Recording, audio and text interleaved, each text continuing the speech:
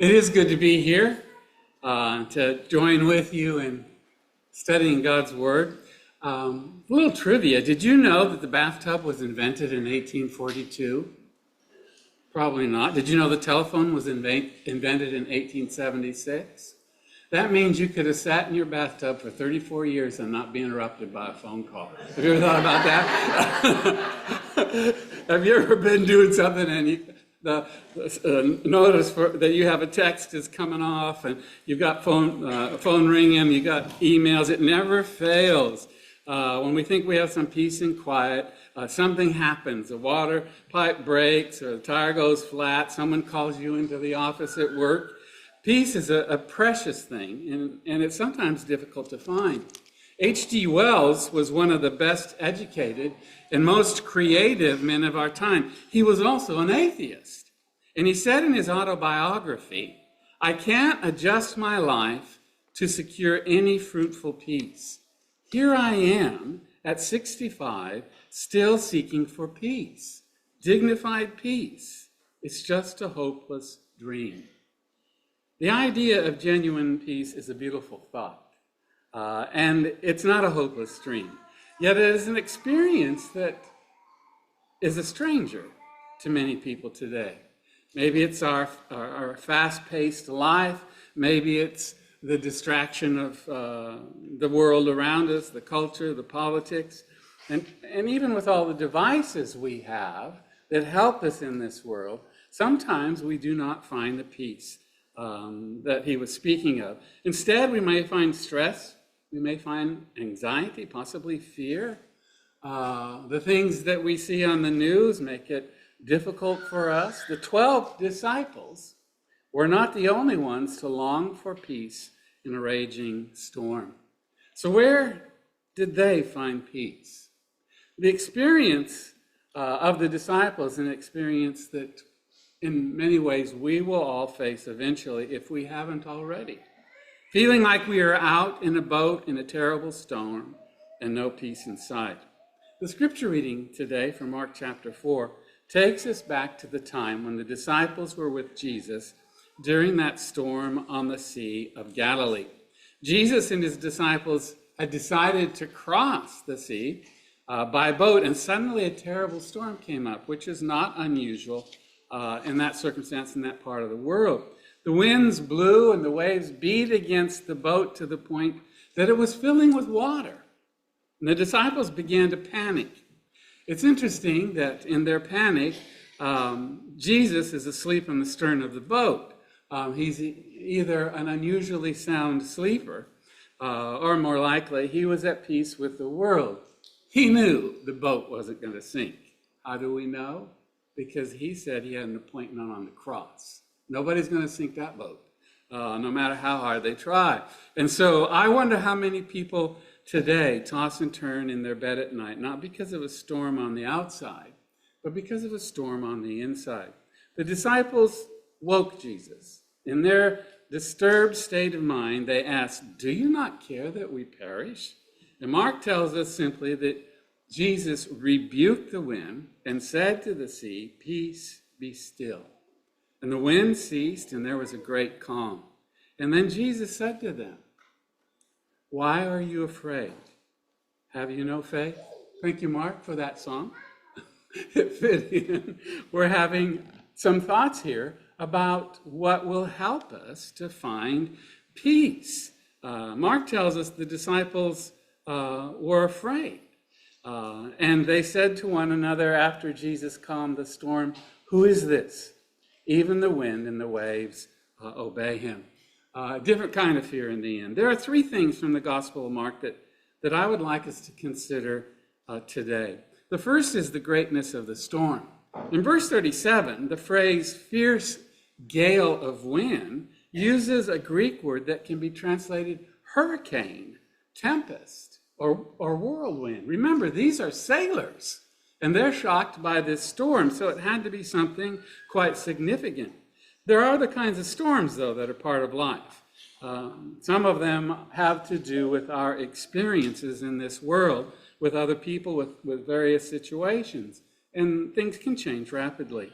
We may find ourselves in a situation where they were. Of course, when we say storm and we're talking about it applying more broadly, it's different for each person maybe. We're not all challenged in our experience by the same things. Mary Ellen Clark's storm was a strange physical problem that threatened her life's goal. She was one of the U.S. swimming team's best divers in the early 1990s. She began diving as a kid. She had a natural talent, and with her hard work, she became one of the best competitive divers in America. But she experienced something called vertigo that caused her to lose her balance. She could not tell up from down. And when you're at the bottom of a pool, that makes it quite difficult. Mary Ellen had her first attack of vertigo after a dive in Australia. That happened in 1988, and she's written about it. After plunging into the water, she suddenly lost all sense of balance and direction. She couldn't figure out which way was up. At the time, she had no idea what was wrong. But because this experience was so rare, she didn't go see a doctor. She didn't find out anything about it. And so over the next few years, she moved up in the competitions in the Olympics, eventually winning a bronze in 1992. And while training for the 1996 Olympics, Mary Ellen had another attack of vertigo. It took her over a year of doctors seeing her in various kinds of treatment, and they were not able to determine a consistent solution. But after a year, Mary, in despair, called a friend, Steve Duval, and talked to him about her sadness. And Steve simply asked her, "Mary Ellen, what is the worst possible scenario you can imagine?" And she said, "That I'll never dive again." And then Steve asked, "Can you accept that?" Mary Ellen didn't know how to answer that. But after she hung up the telephone, she began thinking about Philippians chapter 4, verses 12 to 13. "I know how to get along with humble means. I also know how to live in prosperity. And in any and every circumstance, I have learned the secret of being filled and going hungry, both of having abundance and suffering need. I can do all things through him who strengthens me." We all know that as an inspiring and comforting verse, but it caused Mary Ellen to ask a very different question perhaps than we did. Could she not do something through God who gave her strength? Could God give her the strength to not dive again and still be content? Mary Ellen wrote about her life and said that her parents are the ones who gave her the answer. They had taught her long before her experience to have faith in God, that it was the most important thing in her life. And she knew that she could trust God no matter whatever happened in diving. So Mary Ellen did overcome her vertigo. She did not give up. She went on to win another bronze medal in the 1996 Olympics. For Mary Ellen, the storm was vertigo. For you and me, it may be something quite different. It may be a serious health problem. It might be concern over a person in our family. It might be the loss of a loved one. The only certainty in life is that sooner or later, we will all confront our storm. That's the first thing that we see in Mark's gospel, the greatness of the storm. The second thing is the fear of the disciples. Verse 38, we read, Jesus himself was in the stern asleep on the cushion, and they woke him and said, "Teacher, do you not care that we are perishing?" These experienced sailors came to the conclusion that they were about to go under. They'd fished the waters many times and experienced many storms, but they were afraid. Stop and think about the last time that you were really afraid. The artist Rembrandt once painted a canvas, they say, titled "Storm of the Sea of Galilee." Anybody ever seen that by Rembrandt? You can go to the museum where it was placed, but it was stolen in 1990 and has never been recovered. But you can go to Wikipedia and you can see digital versions of it. It's an interesting painting to look at. If you see it, you see the boat in a fierce storm. It's about to be tipped over. The waves are coming in and filling up the boat. There's terror in the eyes of the people. And the disciples are there with Jesus. But if you count the people, you'll find out that there are 14 that are there in the boat. Who is the 14th person? Rembrandt painted himself in the picture. If you look at it, he's the guy in the blue shirt down in the lower center part of the photo. He's the man who included himself in that group of people who had been afraid or terrified. Maybe we even know what it means to be on the verge of panic, if we're honest. Rembrandt saw that in himself. There are opportunities to learn from people who've experienced these difficulties in life. We learn from the apostles. We learn from Jesus. We learn even from fellow walkers on this world. Mickey Brown knew that feeling. Mickey was raised in the church as a young adult, and he found his faith was weak. He went to war in Vietnam as a medic. He wrote that he began to recognize his faith was not strong, and he was attending worship services there in the chapel. And one night there was an announcement to the soldiers that they were about to experience an enemy attack. And he was given a certain portion of the camp there to defend, and he realized he'd not have enough ammunition to fight off all the soldiers who might show up. And the only thing he said he could do was to pray. And in that situation, he remembered Psalm 91. Listen to what the psalmist writes in verses 1 through 7. He who dwells in the shelter of the Most High will abide in the shadow of the Almighty. I will say to the Lord, my refuge and my fortress, my God, in whom I trust. For it is he who delivers you from the snare of the trapper and from the deadly pestilence. He will cover you with his pinions. You know, pinions are feathers, wings, okay? He will cover you with his pinions, and under his wings you may take refuge. His faithfulness is a shield and a bulwark. You will not be afraid of terror by night, or of the arrow that flies by day, of the pestilence that stalks in darkness, or the destruction that lays waste at noon. 1,000 may fall at your side, and 10,000 at your right hand, but it shall not approach you. And as he was reading this psalm, he said he felt much more calm.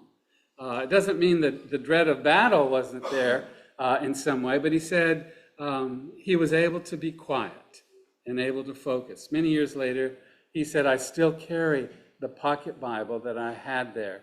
And when I'm in danger, I read Psalm 91. I mentioned to you some time ago, some of the guys in my class on Tuesday asked me, so what do you do when you want to distract your mind from something? And I said, I sing. Some of you I've told, Jesus is Lord, my Redeemer. I sing that song. Sometimes if you're walking over there and I don't know you've come in, you may hear me walking around talking to myself and saying things like, calm up, Bob. People say calm down. I think I need to calm up sometimes. And so you'll hear me say that, and sometimes I'll say, no, don't do that. My mind started going somewhere, and I said, no, don't do that. Come back. And so what I'm saying is that the disciples had to learn in these storms, as people that we read about in everyday life learn, they need something to focus their mind on. Hazel Goddard wrote a book called Hope for Tomorrow, and in this book she discusses some of the counseling cases she dealt with over the years. And there was one particular young woman who was dealing with depression and detachment from reality, and she was filled with anxiety and fear, and she couldn't sleep at night. And Dr. Goddard, after their first discussion and encouragement, gave her a piece of paper, and on it was written Isaiah 26, verse 3. You will keep in perfect peace him whose mind is steadfast because he trusts you. You will keep in perfect peace him whose mind is steadfast because he trusts you. Sometimes when I get difficult assignments, a close friend died and I'm asked to do the funeral, that's a difficult thing for me to do. It's stressful to try to keep it all together to communicate a message of encouragement when it's such a personal thing. And so I learned to review scriptures, to sing songs, to use something to point my mind. Dr. Goddard said the next day that young lady came back and she had slept. She had rested because she was able to take her mind off of these ideas and put them on something that was positive. It may not always be that we will have some kind of immediate peace like this woman found, but we can prepare ourselves for the troubles that come into our heart. Each of us will have a storm if we haven't already. And perhaps the greatest adversary in these storms is the fear. And that brings us to the third point to notice from Mark chapter 4, 39 through 40, the faith that saves. Jesus rebuked the wind and he said to the sea, "Peace, be still." And the wind ceased and it was a great calm, and asked his disciples, "Why are you afraid? Have you no faith?" You know, sometimes we need to ask the questions that Jesus asked, but ask them of ourselves. Why am I afraid? Do I not have faith? Do not trust in God? When the disciples realized the power that Jesus had, they experienced a different kind of fear. Respect for the one who controls even the wind and the waves. Sometimes it's hard to hold on to peace when the whole world is shaking. Still, this is a message that we need to hear from Jesus. The one who quiets the winds and still the waves is the one who will speak to our hearts if we listen. He'll calm our fearful spirits as well. So Mark tells us of the fury of the storm, the fear of the disciples, but also the faith that saves. Linda Sledge recalls a day from her childhood that she says she will never forget. She was playing in the sand at a Hawaiian beach near where she lived. She was building towers with her red shovel and her bucket. And as she had wandered away from her parents, she suddenly felt a wave knock her down onto the sand. And she began to try to get up, and she was just moving out. And she could see out in front of her this great expanse of the sea. And every time she tried to stand up, the water washed the sand out from under her feet. And she cried out for fear. All she could see was doom.